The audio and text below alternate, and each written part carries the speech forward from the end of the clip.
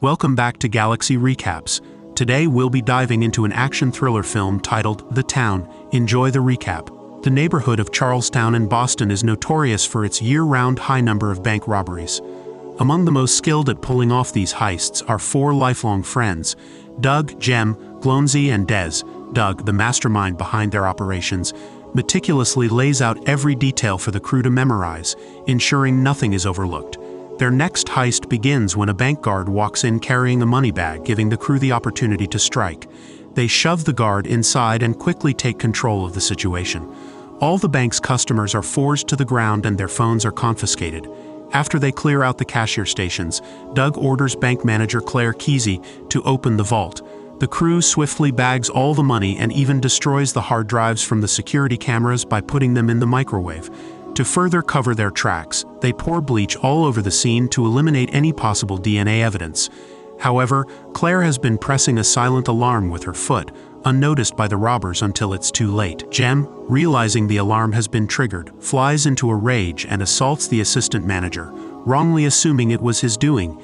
As Jem moves violently, Claire catches sight of a distinctive tattoo on his neck. With the police now on their way, Jem impulsively decides to take Claire as a hostage, something their crew never does. The thieves blindfold Claire and remove their masks before driving her far from the scene. Once they're satisfied they've evaded the police, they release Claire at a nearby beach. FBI Special Agent Adam Frawley takes charge of the investigation at the bank, quickly deducing that the thieves are professionals who have carefully planned every detail, leaving behind no significant evidence. His team does discover the getaway van, but it's been set ablaze, and the locals refuse to cooperate as witnesses. The next day, Frawley interviews Claire, who shares only what little she knows, deliberately leaving out the detail about Jem's neck tattoo out of fear. The robbers had threatened to kill her if she gave the FBI any useful information. Meanwhile, Doug, Jem, Glonsey, and Des gather to discuss the heist and Jem's reckless decision to take Claire hostage. The situation becomes even more complicated when Jem reveals that he has found Claire's ID and realizes she lives in their neighborhood. Worried she might recognize them, Jem suggests tailing her to make sure she's too scared to talk. Doug, however, steps in and insists he'll be the one to handle it. Jem has already been to prison once and Doug doesn't want him risking another arrest. But Doug's true motive is that he no longer trusts Jem, whose violent outbursts have become more erratic, and he wants to ensure things are handled smoothly. After the robbery, Doug and Jem make their rounds in the neighborhood to settle payments with their key associates. They meet with their gun dealer, their car supplier, and Fergie, an Irish mobster who uses a flower shop as a front for his operations. With their business handled, the two spend the evening indulging in drinking, gambling, and taking drugs alongside callgirls. The following night, the four friends are at a bar when Jem's sister Chris approaches them. A single mother and Doug's former partner Chris tries to reconnect with Doug, telling him she misses him. Doug, however, is uninterested in rekindling anything with her and walks away. Later that night, while Doug is watching TV at his apartment, Chris lets herself in using an old key and joins Doug on his couch. The next day, Doug begins following Claire around the neighborhood. He finally approaches her in a laundromat when she becomes emotional after finding faded bloodstains on one of her shirts. Seizing the moment, Doug pretends to comfort her, striking up a conversation. To help ease her distress, Doug suggests they go out for a drink, and the two start bonding. Doug lies about his life, telling her he works in construction and that his father lives in the suburbs, concealing the truth that his dad is actually in prison. He even takes her on a boat ride, claiming it belongs to a friend, when in reality he broke into the boat just for the occasion. When Claire brings up the notorious reputation of Charlestown's bank robbers, Doug brushes it off, saying the stories are exaggerated. The next day, Doug meets with Jem and assures him that Claire is under control, emphasizing that there's no need to kill her. Meanwhile, Special Agent Frawley continues his investigation, interrogating and beating a criminal contact to get more information. He uncovers a critical clue. These thieves didn't just hit armored trucks like most crews. They knew how to work the boxes inside the banks. This specific skill points to an insider background, leading Frawley to focus on employees of companies like Vericom where that kind of expertise could be gained. Frawley also arranges a lunch meeting with Claire, ostensibly to ask her more questions about the robbery. He tries to flirt with her, but Claire mentions that she's already seeing someone, hinting at her growing relationship with Doug. Their relationship deepens, although Doug keeps it hidden from his crew. As they get closer, Claire confides in Doug about her involvement with the FBI and admits she's unsure whether to tell them about the tattoo she saw during the robbery, fearing it could get her killed. Doug, pretending to be merely curious, advises her to keep the tattoo detail to herself for now, suggesting it could be useful as a bargaining chip later on, especially to avoid going into witness protection. In return, Doug opens up about his troubled past. He reveals that his mother left him when he was just 6 years old, and while he tried to search for her, his father never made any effort to help. This personal admission brings Doug and Claire even closer, complicating Doug's double life as both a bank robber and a man falling for his gang's former hostage. During one of Doug and Claire's dates, Claire mentions that she's been taking a longer route to work to avoid gang members who throw bottles at her car when she drives the usual way. Hearing this, Doug takes it upon himself to deal with the problem. After dropping Claire off at her home, Doug picks up Jem and together they go to confront the gang. Doug opts for a relatively restrained approach. He beats them up, plants drugs on them, and warns them to leave by the end of the week. But Jem, whose violent tendencies have been escalating, takes things further. He shoots one of the gang members in the leg and in a reckless move removes his mask to show his face. Doug is increasingly troubled by Jem's violent behavior, which is becoming harder to control. Meanwhile, Special Agent Frawley makes a significant breakthrough in the case. He discovers that Dez, one of Doug's crew members, used to work for Vericom, and his sick days align suspiciously with the dates of several bank heists. This lead allows Frawley to follow Dez to a family barbecue, where he and his team identify the entire gang. Although they now know who they are, they still lack the hard evidence necessary to make arrests, so Frawley orders surveillance on all of them. While having lunch with Claire on a sunny day, Doug listens as she talks about how the weather reminds her of the day her brother died. When she steps away to use the restroom, Doug's tension spikes as Jem suddenly appears and sits down at their table.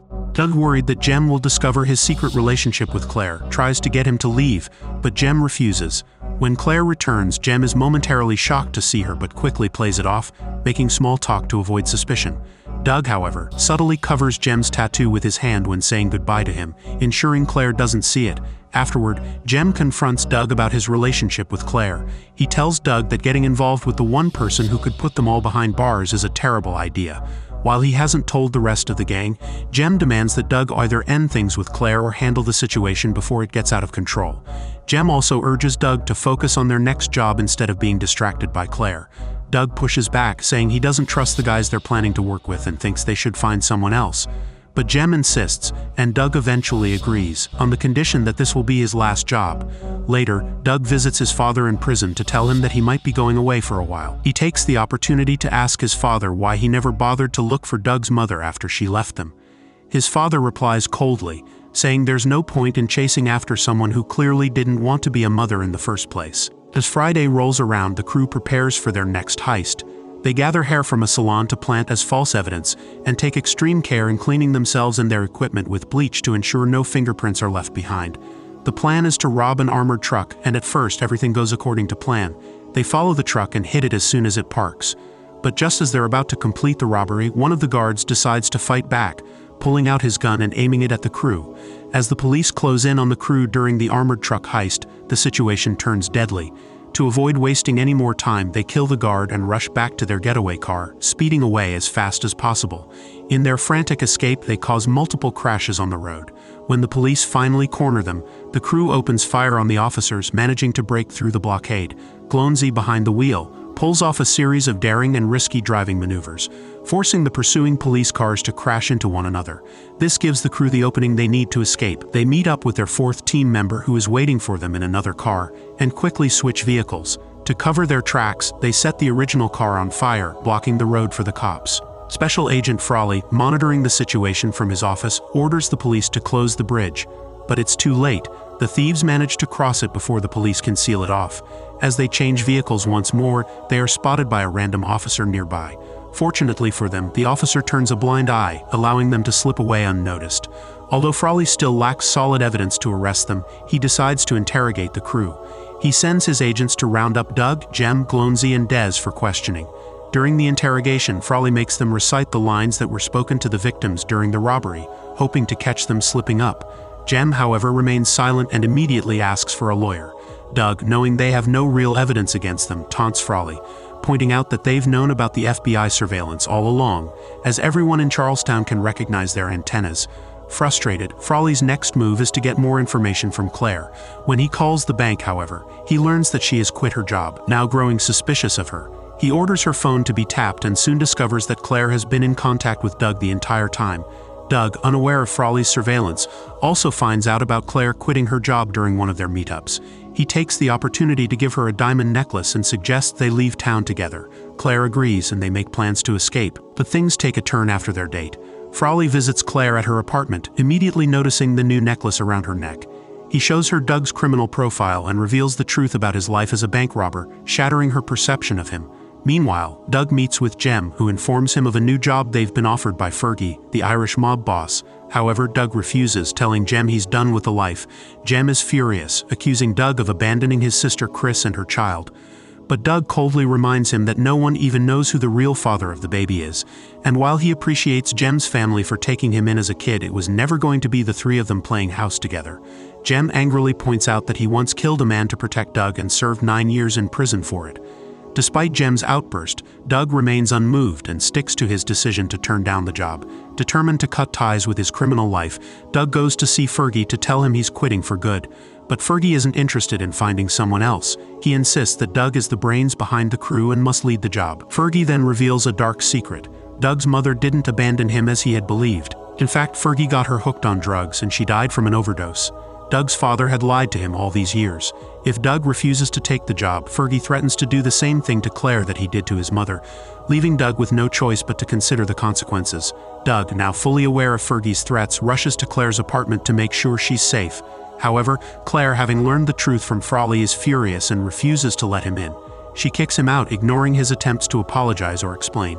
Devastated, Doug continues to watch over her from a distance and is alarmed when he sees one of Fergie's thugs hang a funeral wreath on her door, a clear warning. In a fit of anger and frustration, Doug tears it down, realizing that he has no choice but to accept Fergie's job if he wants to protect her. Doug later visits Chris, telling her that after this upcoming job, he'll be gone for good. He then makes another attempt to reach out to Claire, promising her that he would never hurt her. He confesses that while he's robbed many banks, he has never killed anyone, trying to assure her of his character. Doug asks Claire to wait for him, hoping they can leave together once the job is done. The crew meets up to hear Fergie's latest plan. They are going to rob Fenway Park. With inside information, Fergie tells them the best time to strike is the morning after the big game, when the safes will be full of cash. As they meticulously go over the details, Frawley, still on their trail, approaches Chris at a bar. Thinking she might be the weak link in Doug's life, Frawley flirts with her, pretending to show romantic interest. After luring her in, he flashes his badge and reveals he knows she's been acting as a mule for Fergie. When Chris demands a lawyer, Frawley switches tactics, planting a seed of doubt in her mind. He points out that despite being with Doug for years, Doug never bought her anything as lavish as the diamond necklace Claire now wears. Angry and feeling betrayed, Chris gives Frawley a fake lead. On the day of the heist, Frawley and his team follow the wrong truck, falling for Chris's deception. Meanwhile, Chris visits Doug, begging him to take her with him so she too can escape to a better life. Doug, however, rejects her, coldly telling her that he's leaving with someone else. Devastated, Chris leaves. Later, Frawley finds her in the hospital, recovering from a car crash she caused while under the influence. In her vulnerable state, Frawley takes advantage of her emotional turmoil and promises protection for her and her child if she provides real information. Feeling used and exhausted by her situation, Chris finally gives in and reveals the plan to rob Fenway Park. As the day of the heist arrives, Des uses his skills as an electrician to disable the alarms and security cameras at Fenway. Doug and Jem, disguised as police officers, gain entry to the stadium thanks to a contact Fergie planted inside. Once inside, they come across a few employees and guards. When their police act fails to convince the guards, they're forced to pull out their guns, ordering the men to lie face down on the floor as they tie them up. They proceed to the cash room where they confront the staff. Doug and Jem intimidate the employees, telling them to open the vault and warning them not to make any distress calls. They threaten the employees by saying that their men are watching their homes and will kill their wives if they try anything. The threat works and the employees comply, allowing them into the vault. Doug and Jem stuff their bags with as much cash as they can, and once loaded, they make their way out to the parking lot, where Glonsey and Des are waiting for them in an ambulance, ready for their getaway. The FBI has already surrounded the perimeter of Fenway Park, and as soon as Jem spots agents trying to sneak in, he opens fire, triggering a fierce shootout between the thieves and the FBI. In the chaos, Glonsey gets hit, but luckily the bullet only impacts his vest, sparing his life for the moment. As Doug, Jem, and Glonsey continue to return fire, Des sneaks back to open the door, allowing them to push the armored truck out and buy themselves some time. Once the door is shut again, Doug pulls Des aside, telling him that unlike the rest of them, Des has no police record and could walk away with only a 7-year sentence. Doug assures him that no one would blame him if he chose to leave. However, Des takes offense, feeling insulted by the suggestion, and angrily tells Doug off before deciding to stay. Suddenly, the FBI throws stun grenades into the building, disorienting the thieves. Special agents storm the place, and when Des stands up, he's immediately shot dead. Realizing they're in a dire situation, Glownsy proposes a risky plan. He will drive out in the ambulance and draw the FBI's attention while Doug and Jem change into their cop disguises and slip out through the front door. Doug is worried about Glownsy's safety, but Glownsy reassures him that he's a great driver and can handle it. Glownsy drives the ambulance out, and at first everything seems to be going smoothly. But when the FBI realizes they can't stop the ambulance by just shooting at its tires, a sniper takes aim and shoots Glownsy in the head, killing him instantly. The FBI, thinking all the thieves are in the ambulance, swarm the vehicle, giving Doug and Jem the chance to change into their police uniforms and escape, blending in with the real officers. Their ruse doesn't last long, though. The FBI learns from the tied-up employees that they were ambushed by men dressed as cops. Frawley immediately begins searching the area for officers acting suspiciously and quickly spots Jem, walking away with a large bag slung over his shoulder. Frawley follows him into a parking lot, and as soon as he calls out Jem's name, Jem turns and opens fire. A brief gunfight ensues, but Jem soon finds himself surrounded by the FBI. Doug watches from a distance as Jem, wounded in the leg, hides behind a mailbox. Realizing he's out of bullets and refusing to go back to prison, Jem chooses to end his life. He walks out, guns raised, forcing the agents to open fire and kill him on the spot. Doug, determined not to let Jem's sacrifice be in vain, uses the chaos as a distraction to steal a police car and make his escape. He drives straight to Fergie's flower shop, where he confronts and kills both Fergie and his thug, escaping unscathed thanks to the bulletproof vest he's wearing. Afterward, Doug retrieves some money he had stashed away and calls Claire, who is now with the FBI in her apartment, with agents listening to their conversation. Claire, under pressure, asks Doug to come over, pretending she's alone. But Doug, watching from a nearby building, sees through the trap. Nevertheless, he agrees to meet her, telling her to meet him at the back door in an hour. When Doug apologizes to Claire over the phone, she subtly warns him about the FBI's presence by using the phrase "sunny days," a reference to an earlier conversation between them. Doug understands the clue and plays along, pretending to fall for the trap.